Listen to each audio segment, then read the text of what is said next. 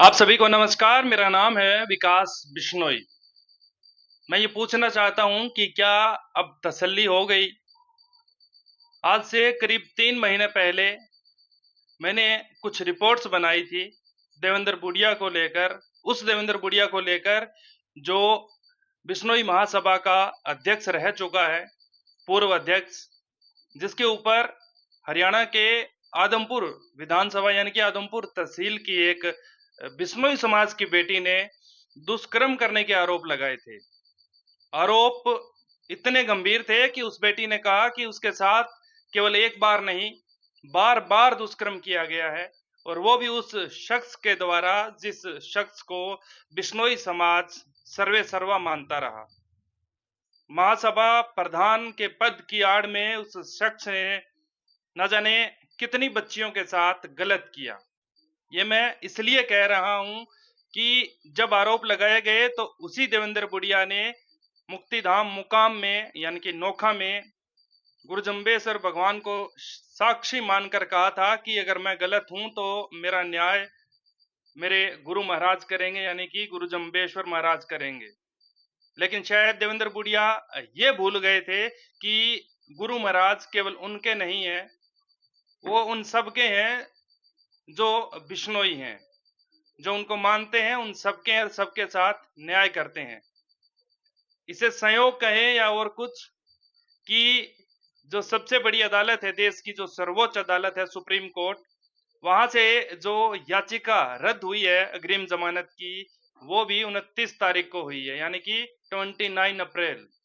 29 का ये आंकड़ा, 29 का ये नंबर बिश्नोई समाज के लिए बहुत मायने रखता है, क्योंकि 29 नियम है बिश्नोई समाज के, और 29 का ये आंकड़ा इसलिए भी अहम है क्योंकि गुरु जम्बेश्वर भगवान से न्याय की उम्मीद देवेंद्र बुडिया ने लगाई थी, लेकिन न्याय कुछ हद तक उस बेटी को मिला है, कुछ हद तक उस बेटी को राहत मिली है, जिसके साथ ये कुकृत्य किया गया और बार बार किया गया।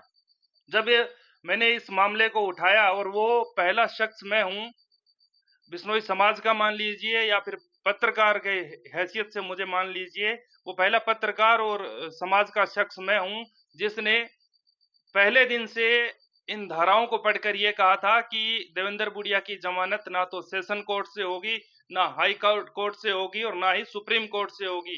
चाहे कहीं चले जाए देवेंद्र बुडिया, जमानत नहीं होगी। और आज ये सत्य हो गया है, सुप्रीम कोर्ट ने विचार करने से भी मना कर दिया। आप देखिए कितना गंभीर ये धाराएं जोड़ी गई है, कितने गंभीर ये आरोप लगाए गए हैं कि सुप्रीम कोर्ट ने कहा कि इन पर विचार करने जैसा कुछ नहीं है, ये एलिगेशन बड़े गंभीर है, और हो सकता है कि जल्द ही हिसार की जो पुलिस है वो देवेंद्र बुडिया को भगोड़ा घोषित कर दे। जब मैंने वीडियोस बनाए थे, मैंने एक सीरीज बनाई थी, लगातार मैंने खुलासे किए थे, तो लोगों ने मुझे गंदी गंदी गालियां दी, मेरे परिवार को, मेरी माँ बहन पत्नी सबको गालियां दी। अब देखो अपने आका को, सुप्रीम कोर्ट से बड़ा इस देश में कोई नहीं है। सुप्रीम कोर्ट के यहाँ प्रधानमंत्री भी जाता है, और छोटे से छोटा और बड़े से बड़ा, चाहे वो नेता हो चाहे वो कोई भी हो, सुप्रीम कोर्ट से बड़ा इस देश में कोई नहीं है। और सुप्रीम कोर्ट का ये जो जजमेंट आया है, इसने ये साबित कर दिया कि देवेंद्र बुडिया पूरी तरीके से गलत है। अब मैं पूछना चाहता हूं उन लोगों से जो देवेंद्र बुडिया को निर्दोष मान रहे थे। एक बुजुर्ग कह रहे थे कि उनके तो हाथ पैर हिलते हैं, वो कहां से सेक्स करेंगे। उनके ऊपर आरोप लगाए गलत हैं, कुलदीप बिश्नोई लगाए लगाए हैं ये आरोप, कुलदीप बिश्नोई ने साजिश के तहत फंसाया है। मुझे भी बोला गया कि इसको कुलदीप ने पैसे दिए इसलिए वीडियो बना रहा है। आज अगर पढ़े लिखे हो, पहली बात तो अगर पढ़े लिखे हो तो समझ में आ गया होगा कि देवेंद्र बुडिया गलत है। Supreme court, Punjab Haryana high court, session court Hisar की, इनकी जो जजमेंट आई है उसको पढ़ लेना। इंग्लिश नहीं आती तो किसी अच्छे वकील से, परिवार में कोई पढ़ा लिखा होगा उससे पढ़कर समझ लेना कि देवेंद्र बुडिया के ऊपर जो आरोप लगाए हैं वो कितने गंभीर और गलत आरोप लगाए हैं, और उनकी जमानत याचिका तीनों जगह से खारिज हो चुकी है। अगर आप पढ़े लिखे हैं तो। और अगर आप पढ़े लिखे नहीं हैं तो आपको इस तरह के सेंसिटिव और इतने गंभीर मामले के अंदर बोलने का कतई हक नहीं बनता। आपको ये कतई हक नहीं बनता कि आप समाज को कई टुकड़ों में बांटने की कोशिश करें। आपका ये कतई हक नहीं बनता कि आप जिस बेटी के साथ गलत हुआ है उसके साथ न्याय की बात ना करके आप उसके साथ न्याय की बात करते हैं, जो इतने महीनों सालों तक समाज का प्रतिनिधि रहा, प्रधान रहा, और आप उसको सर्वे सर्वा मानते हो, उसको आप सही ठहराते हैं। अब ये जजमेंट आई है, कम से कम इसका सम्मान कीजिए। मैं पत्रकार हूं, मैं तो सुप्रीम कोर्ट, हाई कोर्ट और सेशन कोर्ट की ये जो जजमेंट आई इसका सम्मान करता हूं। और मैं सम्मान करता हूं संविधान की उन धाराओं का। इसीलिए मैंने 21 जनवरी को पर्चा दर्ज हुआ और मैंने 23 जनवरी को बता दिया था कि जिन धाराओं के तहत ये मामला दर्ज हुआ है, देवेंद्र बुडिया को जमानत नहीं मिलेगी। और आज 3 महीने की प्रक्रिया के बाद आखिरी निचोड़, आखिरी सिरे पर हम खड़े हैं कि सुप्रीम कोर्ट से भी जमानत नहीं मिली है। अब इसमें कुछ चीजें हैं वो मैं आपको बताता हूं। 24 21 जनवरी को केस ये दर्ज हुआ था। उसके बाद जो बड़े आरोप लगे हैं ना, उसमें जांच में शामिल नहीं हुआ। अब ये मत बोल देना कि कुलदीप ने लिख के दिया। ये मैंने भाई पॉइंट्स लिखे हैं, कुछ थोड़े लिखने पड़ते हैं। अगर आप 10-20 मिनट आधा घंटा बोलो तो लिखने पड़ते हैं। ये मैंने कुछ बड़े बड़े पॉइंट्स लिखे हैं कि क्या कुछ खास है इसमें। अब जो आरोप लगे हैं, अच्छा इसमें सबसे बड़ी बात है, आरोप में बाद में आते हैं। सबसे बड़ी बात यह है कि हिसार की कोर्ट में देवेंद्र बुडिया का वकील ये कहता है कि उनको तो पार्किंसंस नाम की एक बीमारी है, जिसकी वजह से वो तो संबंध ही नहीं बना सकते, वो तो सेक्स कर ही नहीं सकते। इसके बाद मामला वहां से जब अग्रिम जमानत की याचिका खारिज होती है तो हाई कोर्ट में दलील दी जाती है कि सहमति से संबंध बने थे। अरे 200 किलोमीटर की दूरी है, 250 किलोमीटर की दूरी है हिसार और चंडीगढ़ की, और इस दूरी के बीच एकदम से हालात जज्बात सब बदल दिए वकील ने, देवेंद्र बुडिया के वकील ने। पहले तो कहा कि पार्किंसंस नाम की बीमारी है, वो संबंध बना ही नहीं सकते, वो शारीरिक संबंध कतई नहीं बना सकते। और 250 किलोमीटर दूर कुछ दिनों की टाइम के बाद आपका वकील वहां पर जाकर कहता है कि संबंध बने थे, सहमति से बने थे, लड़की पैसों की डिमांड कर रही थी और ब्लैकमेल कर रही थी। कोर्ट के अंदर जो बैठे हैं ना, वो फालतू नहीं है, वो सूखी प्रधानगिरी नहीं करते, वो पढ़कर आए हैं, वो अपनी काबिलियत से बैठे हैं, वो देखते ही पहचान जाते हैं कि हुआ क्या है। और अधिकतर मामले ऐसे ही आते हैं कि किसी भी समाज के या किसी भी संस्था के सर्वोच्च पद पर बैठा आदमी अधिकतर मामलों में शोषण करता है अपने जो नीचे उसके अधीन कर्मचारी होते हैं या जो लोग होते हैं। और इसी मैटर में यही हुआ है, तो वो लोग समझ जाते हैं। इसीलिए वहां से भी हरियाणा सरकार को कहा गया कि इस मामले की आप रिपोर्ट तलब कीजिए। वहां से भी रिपोर्ट मांगी गई, 4 सुनवाई हुई, फिर भी अग्रिम जमानत नहीं मिली। आखिर में देवेंद्र बुडिया को लगा कि सुप्रीम कोर्ट तो आखिरी रास्ता है। और देवेंद्र बुडिया को क्या लगा, वकीलों ने कहा कि हम सुप्रीम कोर्ट जाएंगे, तो मिली जमानत। अगर सही होते तो मिलती ना जमानत। समाज को गुमराह किया गया 3-4 महीनों तक, समाज की बेटियों के साथ गलत किया गया, और उसी का नतीजा है कि आपको जमानत नहीं मिली। आप क्यों भागते फिर रहे 3 महीने से?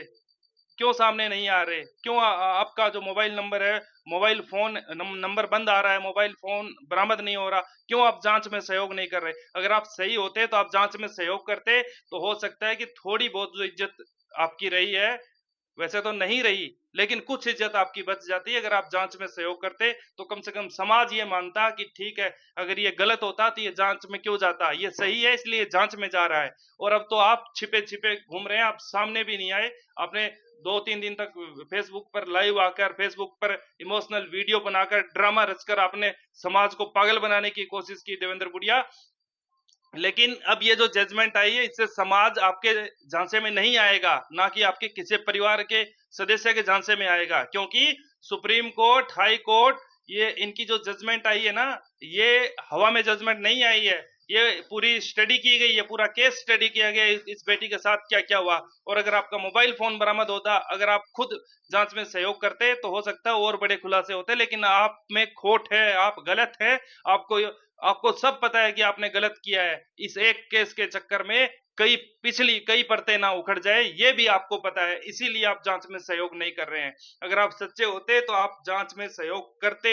और उस बेटी ने जान का खतरा भी बताया कि मेरी जान को खतरा है। और तो और ये 20 साल की बेटी है, और तो और शर्म से मर जाना चाहिए जो उसके आसपास रहते उस बेटे के, यानी कि हिसार की जो कार्यकारिणी है, महासभा है, फतेहाबाद, सिरसा, डूब के मर जाना चाहिए कि उस बेटी के लिए एक बार भी आवाज नहीं उठाई। किसी के टट्टे चाटने में आप इतने इतने व्यस्त हुए कि एक बार भी उस बेटी की आपने आवाज नहीं उठाई।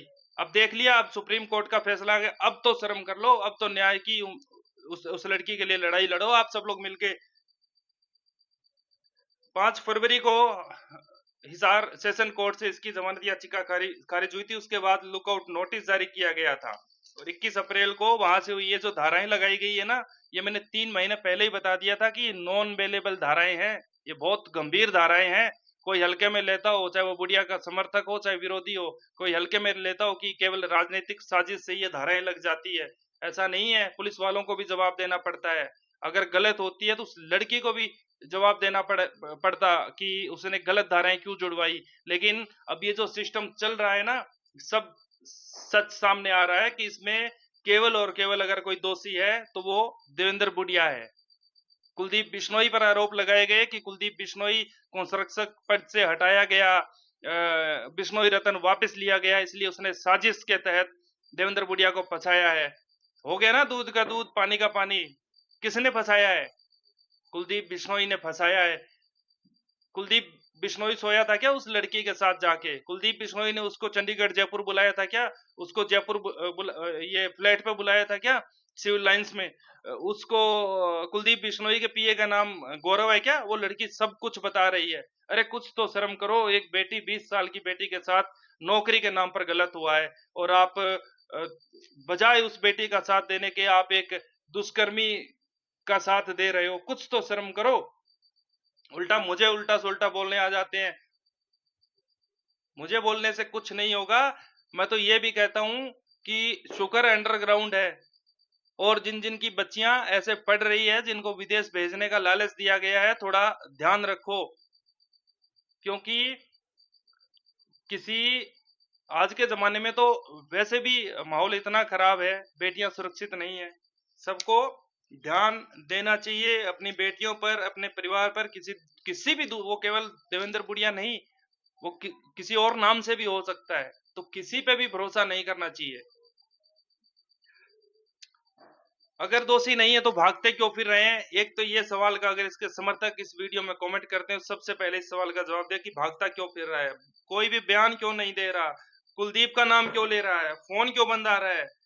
सोशल मीडिया पर जो आदमी हर रोज वीडियो डालता था, एक्टिव क्यों नहीं है? और 3 नोटिस भेजे गए थे कि आप आदमपुर आइए।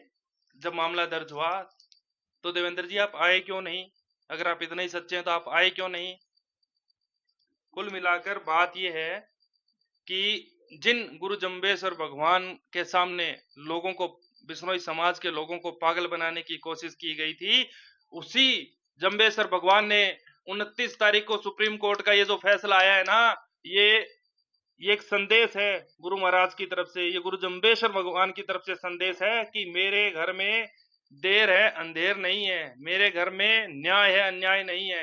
ये 29 तारीख को ही फैसला क्यों आया है? क्यों तारीखें तो और भी लगती रही है, लेकिन ये 29 तारीख को ही क्यों आया है, इसको भी सोचो आप। इसका न्याय, जब इसने बोला था कि मेरा न्याय मेरा फैसला मेरा गुरु जम्बेश्वर भगवान करेगा, तो इसका न्याय इसका फैसला गुरु जम्बेश्वर भगवान ने किया है, उस बेटी के साथ न्याय किया है। और अभी तो बहुत कुछ होगा। अभी इसको भगोड़ा भी घोषित करेगी हिसार की पुलिस, क्योंकि जहां तक इसको जाना था जा लिया, जहां तक इसको केस स्टडी करवाना था करवा लिया, जितने हाथ पैर इसने मारने थे मार लिए। सबसे ऊपरी अदालत से अगर इसकी अग्रिम जमानत की याचिका खारिज हो गई तो अब इसके पास ये रास्ता है कि या तो ये सरेंडर करे या फिर पुलिस इसको गिरफ्तार करे। उसके बाद इसकी आगे की फाइल प्रोसेस होगी। उसके बाद हो सकता है कि अगर अगर संभव हो तो इसको जमानत मिल जाए। लेकिन इसे ये लगता था कि पैसों से भीतर खाते नीचे नीचे सेटिंग कर लूंगा, लेकिन वो ना तो लड़की पीछे हटी ना वो लड़की इनके हाथ लगी है। आप इस बारे में क्या सोचते हैं? आप अपनी राय जरूर बताएं, कमेंट करके जरूर बताएं। और इसके साथ देवेंद्र बुडिया, जिसके ऊपर Hisar court, Punjab Haryana high court और सुप्रीम कोर्ट ने जिसकी याचिका खारिज की है, यानी कि एक हिसाब से सुप्रीम कोर्ट, हाई कोर्ट ने माना है कि इस पर जो आरोप लगे हैं ये गंभीर है और इनके आधार पर तो हम इस केस को विचार ही नहीं कर सकते अग्रिम जमानत की। जमानत देना तो बहुत बड़ी बात है। आपको क्या लगता है, आप क्या सोचते हैं कि देवेंद्र बुडिया को क्या अब सरेंडर कर देना चाहिए? क्या देवेंद्र बुडिया को समाज से माफी मांगनी चाहिए? क्या देवेंद्र बुडिया को कुलदीप बिश्नोई से माफी मांगनी चाहिए? क्या देवेंद्र बुडिया को सबके सामने आकर स्वीकारना चाहिए कि उसने गलत किया है और वो अपने पद से राजी खुशी त्याग पत्र देते हैं और जेल जाएंगे? उसके बाद कोई भी समाज का सभ्य आदमी, जरूरी नहीं है वो कुलदीप बिश्नोई हो, देवेंद्र बुडिया के अलावा कोई एक्स वाई जेड, किसी भी अच्छे आदमी को समाज की बागडोर संभालनी चाहिए। ये समाज टूट रहा है, ये हरियाणा राजस्थान करने की कोशिश पहले भी की गई, अब भी हो रही है। इस सबसे बड़ी प्रायोरिटी ये होनी चाहिए कि ये समाज ना टूटे और जिस देवेंद्र बुडिया ने उस बच्ची के साथ गलत किया है, उस देवेंद्र बुडिया को न्याय के उस आखिरी सिरे तक जो वकील हैं वो लेकर जाएं, जो अदालत है वो अपना सही और ठीक और उचित फैसला सुनाए। जिस बेटी ने जो भुगत भोगी है, जिस बेटी के साथ गलत हुआ, उस बेटी के साथ न्याय होना चाहिए। हम तो जो जितने भी अदालतें हैं, वकील हैं, सबसे यही मांग करते हैं और समाज से एक अपील करते हैं कि अब तो जाग जाइए। अगला नंबर आपके आसपास आपकी बेटी, बहन, बुआ किसी का भी हो सकता है। अब तो जाग जाइए, थोड़ा जागरूक होने की जरूरत है। ऐसे लोगों पर अंधविश्वास मत कीजिए, क्योंकि ये 3 जगह से याचिका खारिज होना कहीं ना कहीं इसका अंदेशा देती है कि उस बेटी के साथ वाकई में बहुत बड़ा दुराचार हुआ है। ये किसी तरह की साजिश नहीं है जिसमें अलग अलग लोगों के नाम लिए जा रहे हैं, जिसमें कुलदीप बिश्नोई का सबसे बड़ा नाम लिया जा रहा है। ये किसी की साजिश नहीं है, ये सुप्रीम कोर्ट, हाई कोर्ट और सेशन कोर्ट की जजमेंट से स्पष्ट हो गया है। आप इस वीडियो को लाइक शेयर जरूर कीजिएगा, पसंद आए तो आप लाइक कीजिएगा और चैनल को सब्सक्राइब नहीं किया है तो कर दीजिए। बहुत दिनों बाद मैंने ये वीडियो बनाई, थोड़ा व्यस्त था, उसके लिए क्षमा चाहता हूँ। नमस्कार, राम राम।